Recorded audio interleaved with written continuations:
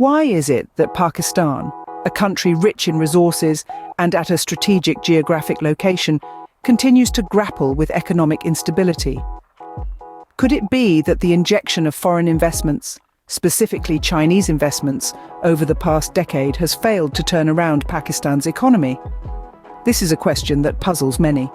Rewind back to the year 2014. The Chinese government announced a massive investment plan in Pakistan, which was hailed as a game-changer for the Pakistani economy.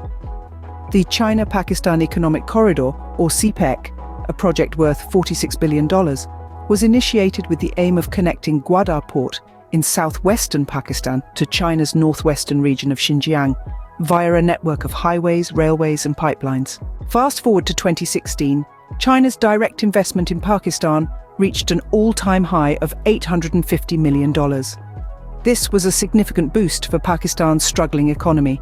However, the euphoria was short-lived. By 2018, despite the influx of Chinese investments, Pakistan found itself in the throes of a balance of payments crisis. The economy was on the brink of collapse, with the country seeking a bailout from the International Monetary Fund. Now let's move on to the present year, 2024. Despite a decade of heavy Chinese investment, Pakistan's economy remains fragile. The country is still grappling with high inflation, low growth, and a heavy debt burden. So, what went wrong? Why has a decade of Chinese investment failed to turn around Pakistan's economy? There are several key points to consider. First, it's important to understand that while Chinese investments have certainly brought in much-needed capital, they have also led to an increased dependency on China. This has raised concerns about Pakistan's economic sovereignty. Second, much of the Chinese investment has been in infrastructure projects. While these projects are important for long-term growth, they don't provide immediate relief to the struggling economy. Third, there's the issue of transparency. There have been concerns about the lack of transparency in the CPEC projects, which has led to suspicions of corruption and misuse of funds.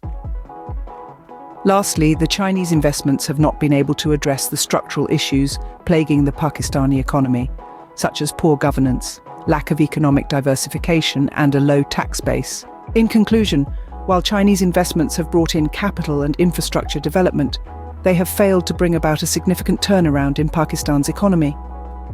It is evident that foreign investments alone cannot solve the economic problems of a country.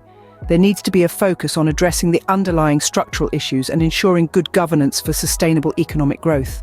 Remember, an economy is not just about money and investments, it's about policies, governance, and the welfare of the people. Only then can an economy truly flourish.